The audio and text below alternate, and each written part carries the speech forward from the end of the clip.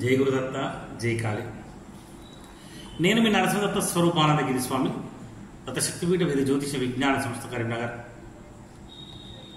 5వ రాశి అయినటువంటి సింహరాశి గురించి తెలుసుకున్నాం. 6వ రాశి అయినటువంటి కన్యరాశి గురించి ఈరోజు క్రోధనామ సంవత్సర ఫలితాలు ఏ విధంగా ఉన్నాయో తెలుసుకుందాం. టో, పా, పి, పూ, షా, నా, టా, పే, పో అనేటువంటి 9 అక్షరములతో మొదలయ్యేటువంటి పేర్లు గల వారందరూ కూడా కన్యరాశి కిందికి వస్తారు. వీరికి ఆదాయం 5, వ్యయం 5 సమానంగా ఉంది. మరి రాశి వారికి ఏ విధంగా ఉంటాయి లక్షణాలంటే బంధు ప్రేమ, అభిమానము, మనస్సు, సుకుమార్యము, దేహమందు సౌఖ్యము, సున్నితమైనటువంటి పనితనం చూపించుట, ఆరోగ్యం గురించి దిగులు హెచ్చుగా ఉన్ను, సత్యవాక్కులు గలవారు, విమర్శన బుద్ధి గలవారు, ధన కాంక్ష అధికంగా ఉంటుంది. శయనము, గృహములు, వస్త్రములు, కేశాలంకరణ, దిద్దుకొనుట యందు ఎక్కువ కాలం వినియోగిస్తారంటే ఎక్కువగా రెడీ కావడానికి ప్రయత్నం చేస్తారన్నమాట. మంచి తెలివితేటలు కలిగి అందరూ పొదుపు ఎక్కువ, ఎంతో కష్టపడితే కానీ డబ్బు రాదు, ఎవరి మీద ఆధారపడకుండా స్వతంత్రంగా జీవించాలనేటువంటి ఆశతోనే ఉంటారు.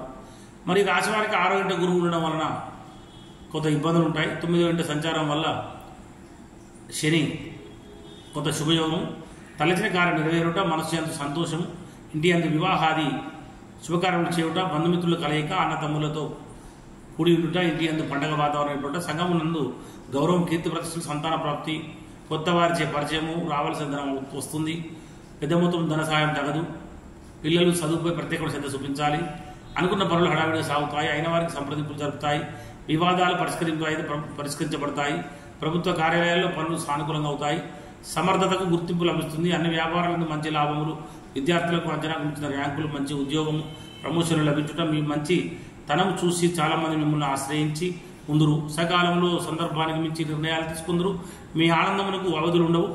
మరి ఉపయుక్తమైనటువంటి ప్రయాణములు ఫలవంతంగా అవుతాయి, ప్రయత్నపూర్వకంగా చేసిన పనులు నెరవేరుటచ్చే మనసునందు సంతోషము, మిమ్మల్ని నమ్మిన వారికి న్యాయం చేస్తారు, శత్రువులు మిత్రులుగా మారుతారు, పాత సమస్యలు సమసిపోతాయి, విందు వినోదములు సంతృప్తినిస్తాయి, ఉద్యోగపరంగా కష్టపడతారందుకు ప్రతిఫలం దక్కుతుంది, ఇతరులకు సహాయం చేయుట, లాయర్లకు, డాక్టర్లకు మంచి పేరు, రైతులకు పంట పండును, ఖర్చులు స్నేహితులతో కూడి ఉండుట, తల్లిదండ్రులు సేవ చేయుట, పెద్దల యందు గౌరవము, కుటుంబంలో తీర్థయాత్రలు చేయటం, మంచి ఆరోగ్యము, మనసునందు సంతోషము కలుగును, ఒత్తిడి చికాకులు ఉండను, ఆర్భాటాలకు విపరీతంగా డబ్బు ఖర్చు చేయవలసి ఉంటుంది, మీకు అప్పగించినటువంటి పనులు నెరవేర్చుట, మిత్రుల సహకారంతో లభించుట, మీ అవసరాలకు ధనం ఎంతో రూపకంగా లభిస్తుంది, మీ గుడివిలు పెరుగుతుంది, దాన ధర్మములు చేయుట, మీకంటూ సానుభూతి వర్గాన్ని ఏర్పరచుకుందరు.